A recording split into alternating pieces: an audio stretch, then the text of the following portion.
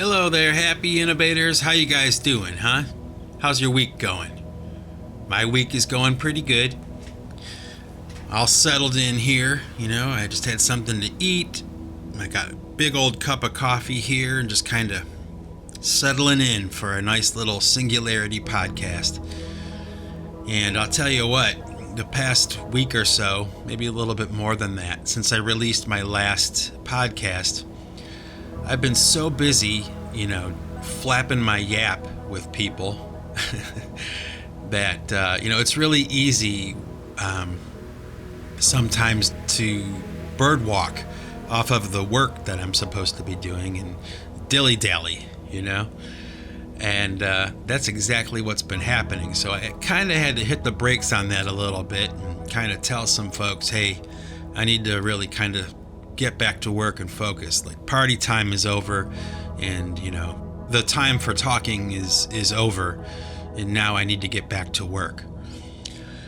And really, when I sat down today, I had planned on doing a podcast about a couple different topics that I was thinking about, but this morning I woke up and I just kind of had the inspiration to talk about this story I want to tell you.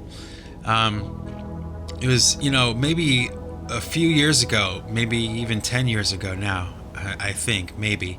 I found this video on YouTube, and it was called Tyrone Went to Hell. Okay, that was the name of this video. And it was a story about this guy. He was kind of like a gangster kind of guy, and he wound up getting in a car accident.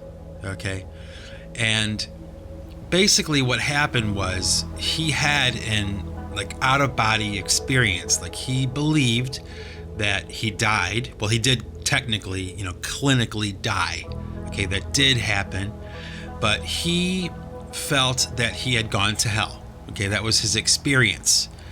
And he describes this experience so vividly and so well that I find it really hard to believe that he would be lying about this story. Now, I don't know. I mean, he could be making the whole thing up. It could all be fake, but there is a lot of that on the internet. There's a lot of that kind of stuff, but there's also a lot of stuff that's quite unbelievable that's actually true and actually did happen.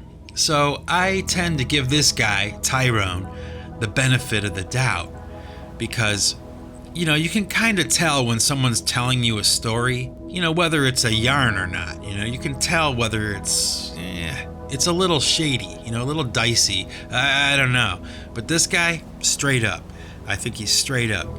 And his experience is so weird and so outrageous. So basically what happened was this guy was in a car accident and he flipped over.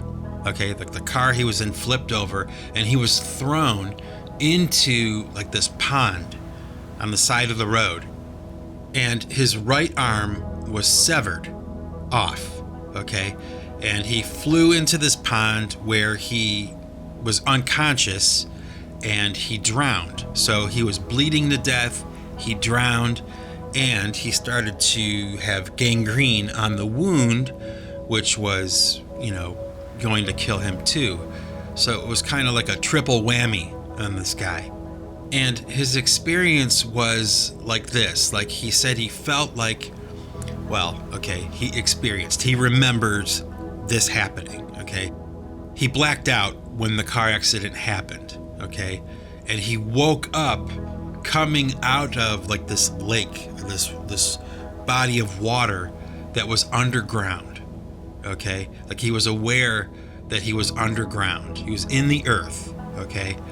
And he was whisked along, through these tunnels underground where there were all these souls, bound and chained on the sides of these tunnels. And,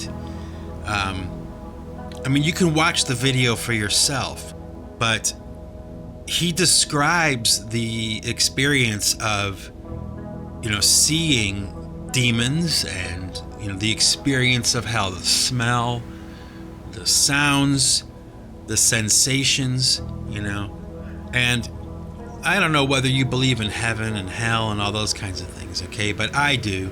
And I suppose that even if I didn't, I would still find this kind of story fascinating,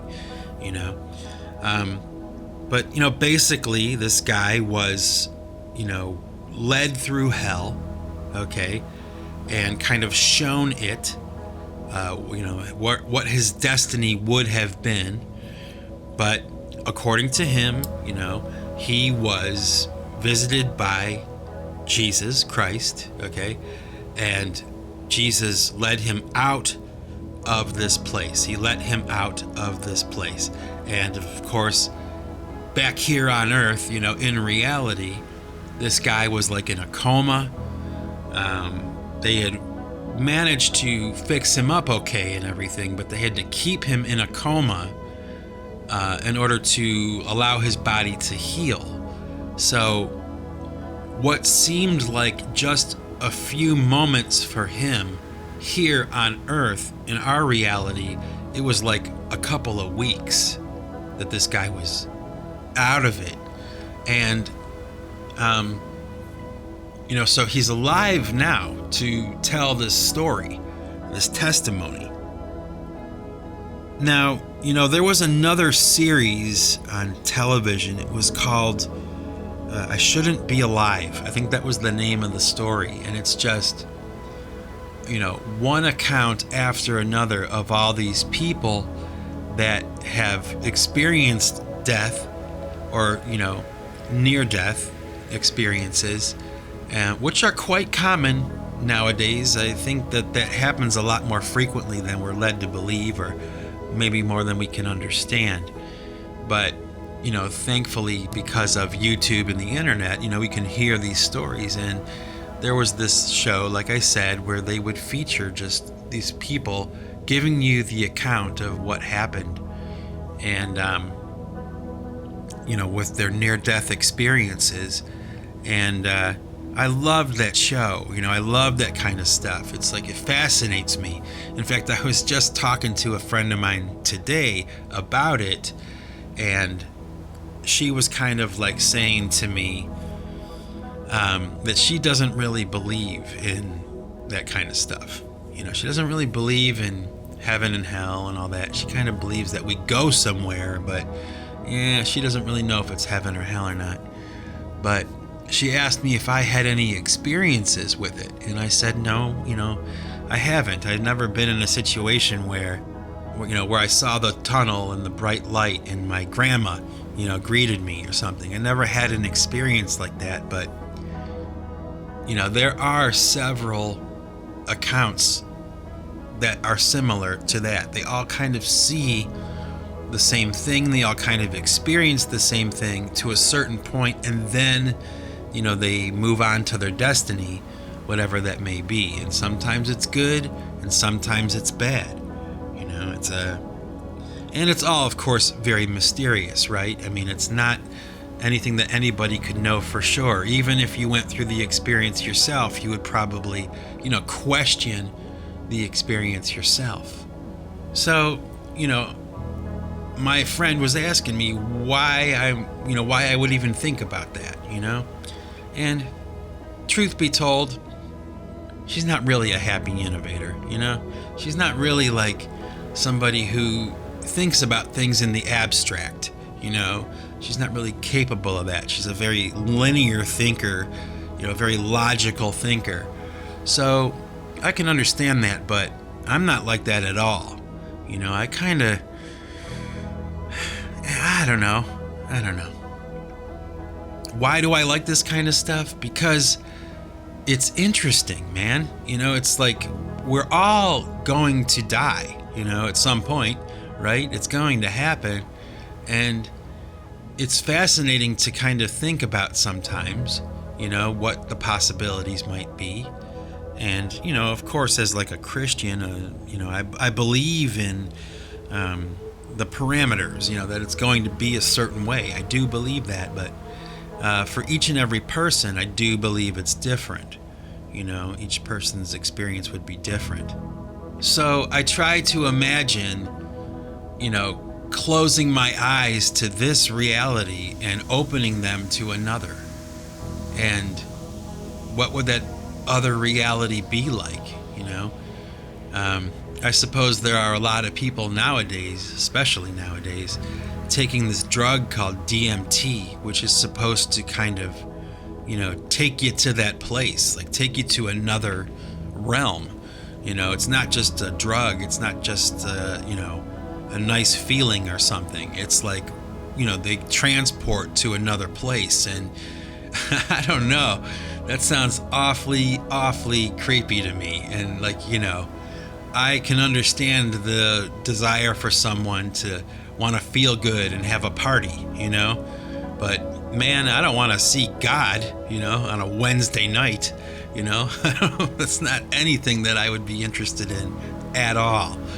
But I do believe that those people are going to another realm. I don't think it's just a hallucinogenic kind of situation. I think that there's some pretty hardcore stuff going on with that drug. And of course, you hear about it all the time now. I mean, it's being touted as like the next big thing. You know, you gotta try it.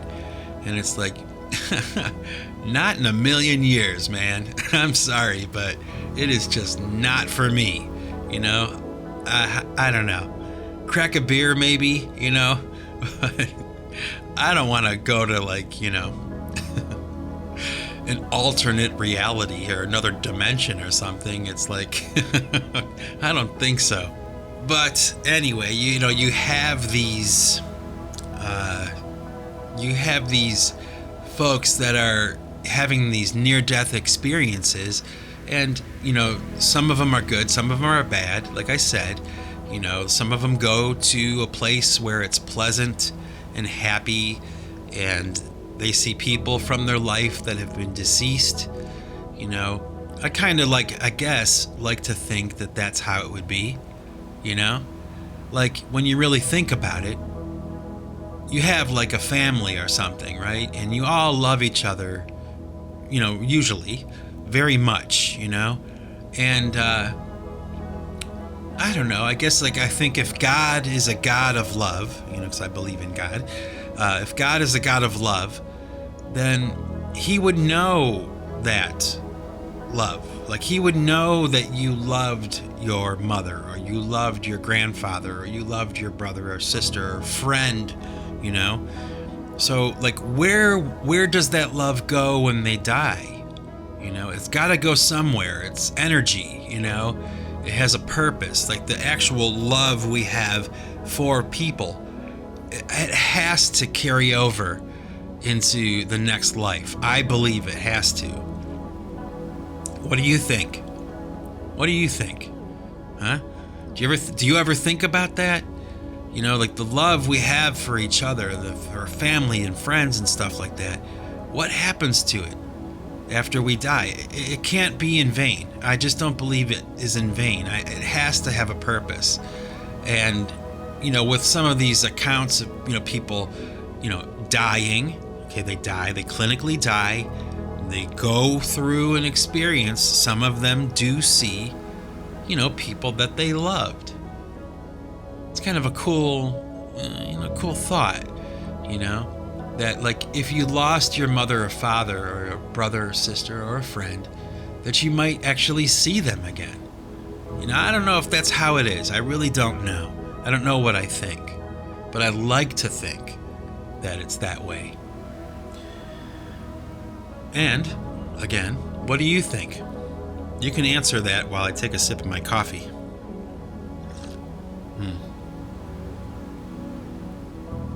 But there's this other story that I got, other than the Tyrone Goes to Hell story, okay? There's another story, and man, I forget the guy's name. I forget his name, but he was an atheist, okay?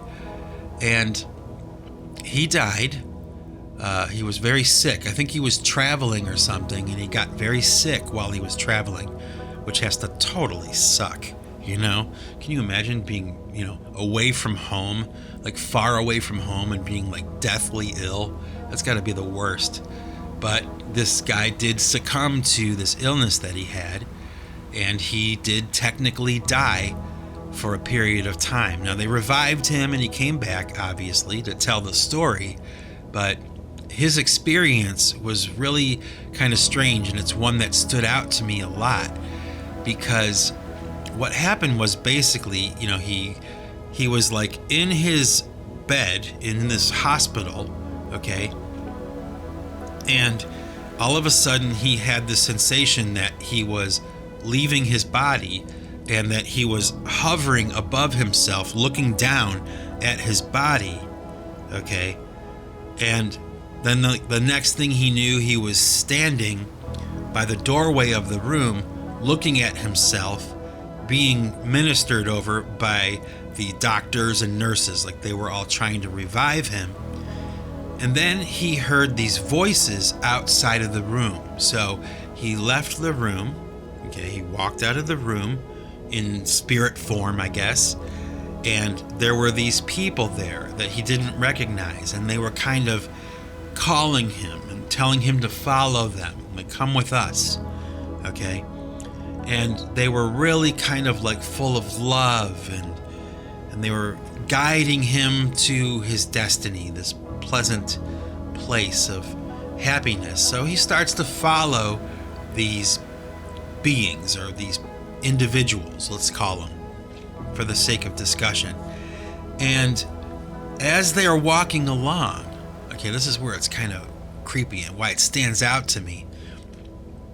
As they're walking along, it starts to get darker and darker and darker, until finally they're almost in complete darkness, and these beings, these people that are guiding him along, all of a sudden turn on him and start tearing at him and attacking him, okay? And I guess according to his account of what happened, he remembered this song that he learned when he was a child, like in Sunday school or something, Jesus loves me, this I know, because the Bible tells me so. That song, it's a very famous song. He started to sing it, like he remembered it, and he started to sing it. And it was at that point where the situation kind of started to turn around, okay? And he said that there was like a light that came, and he was kind of pulled back into his body, okay, and he was revived, and of course lived to tell the story. But I found it fascinating that, and a little bit creepy too, I'll admit it, that it's possible, okay, it's possible to be in a situation where you close your eyes to this reality, you open them to the next, and you see a being or a group of beings, and they start to guide you, but they're tricking you, like that can happen, or okay, maybe that can happen. And I find that really creepy. Like, I don't know, man. I hope when I breathe my last, okay, that it's not like that, like to be in a situation where there's no turning back, and your destiny is one that will be of torment, or it will be unpleasant, I mean, I'm sure that no one really wants that, but I know that I don't, and I know that I would want, to see the people that I love. I'd want to be with the people that I love. Like, I don't even know if it goes that way or not, but, part of my heaven would be, being with the people that I love very much. And I suppose that maybe heaven wouldn't be complete for me if I wasn't with all of the people that I love, Which leads me to another thought. Like, let's say, just for the sake of this discussion, because that's what we do here at the Singularity Podcast, we just talk about things, even if they're in the abstract, what is that like when you're in heaven? Are you aware that the people that you love that didn't make it into heaven are not in heaven? Like, are you aware of that? Is it something that you know? Is it knowledge you have? in the next realm? I don't know. I wonder, though. It's kind of a crazy thing to think about when you really think about it. Imagine yourself in the next reality. Let's call it heaven, okay? If you make it that far. And, are you aware that your brother is not there? Are you aware that someone is missing? I wonder. In my belief system, there is a teaching, okay, about something that is called the beatific vision. Okay, that's what it's called, the beatific vision. And basically what that is this concept, okay, that when we die and we are in heaven, okay, now this is pretty far out there. You're going to have to kind of bear with me here, okay? When we're in heaven, the experience of heaven is actually just beholding the beauty of God. Okay, there is no interaction with others, that it is enough to be witnessing the beauty, the total beauty and splendor of God. That is enough. Okay, that is enough. Now think about that. It's pretty cool.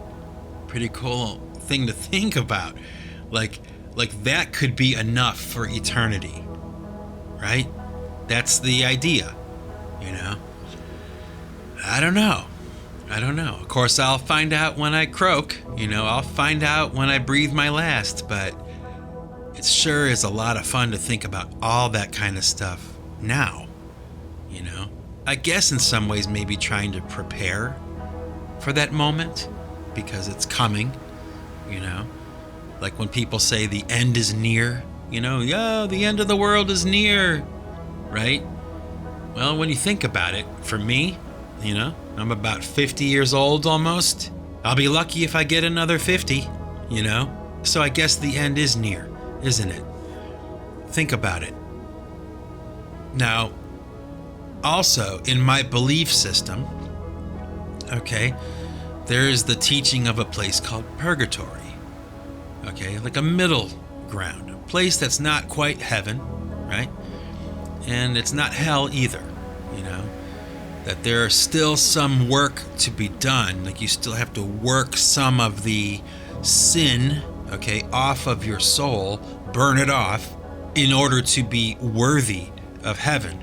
I mean, and that's something I thought about a lot, because I talked to a lot of different people, and many of the people, I would say at least 85% of the people that I've talked to and I've, really kind of like interviewed about this kind of thing, they all kind of believe that heaven is something that's easily attainable, and I hope so. I mean, it would be great if it were the case, but I do kind of wonder sometimes. It's like, well, you do have this example of exemplary souls. You have these examples of people who have lived very good, wholesome lives, okay? And, I'm not one of them, okay? But there are those people, and what would be the purpose then of the sacrifices that they make? Why would I be worthy as much as they are? I don't know. It doesn't make much sense. It's kind of like, if you want to be a doctor, you have to go to school. You have to get a degree, a doctorate, and you have to know what you're doing. It's not just something anybody can do. I mean, there are some limits, and there are hurdles to that, okay? And that's just to become a doctor, okay? So can you imagine what it must be like to attain, eternal paradise? Now, some of you, I know, I can hear it, I can feel it. You're like, man, you don't believe any of this stuff, okay? All right, I can accept that, because it's common, it's common for people to doubt this stuff. It's hard to believe that kind of stuff. It really is kind of like illogical, irrational I get that, you know? But just because something is illogical or irrational does not mean it's false, right? It might be true. It might be true. And of course, I'm not sitting here telling you that I know for sure, because I don't. I really don't. We're all going to find out the same way, you know? We're going to find out someday, you know, it might be a Tuesday morning or a Thursday afternoon, you know, where it's time for you to die. It's time for you to go. And you'll find out if you were right or not, you know? And maybe you're the kind of person who would double down, you know, in your disbelief or something, or I don't know. But I'm not like that, you know? I'm not like that. You know, I guess it does say in the Bible that we should become like children. You know, that's like one of the things that Jesus taught, right? Was that we should become like children, you know, to be able to be led, you know, and to believe like a child believes. And for someone who's logical and rational and adult and mature, you know, it's kind of a challenging idea, you know. I get that. It is for me too, you know. But when you really think about it, it's not necessarily something that's terribly bad to strive for, right? I mean, I've talked about that before in other Singularity podcasts, you know, that idea of growing up too fast and knowing too much. Like, isn't there knowledge that you have now as an adult that you didn't have when you were a child? And you'd probably be better off if you'd never learned it or known it. You know, there are things like that in my life that I could point out. I won't point them out, but it's true, isn't it? There are some things, when I really think about it, that I would be better off having never known, you know? But it's too late. I do know, and it's in my mind, and it's formed me somehow, or played a part at least in my formation, right? So it's kind of a pretty difficult and I guess heavy kind of thing to think about, isn't it? And you know what? I know that this is, you know, kind of a strange thing to talk about or think about, but you know, I'm not really concerned about that, you know? Life is too short to not at least think about this stuff and not be afraid to think about it and not be afraid to talk about it, you know?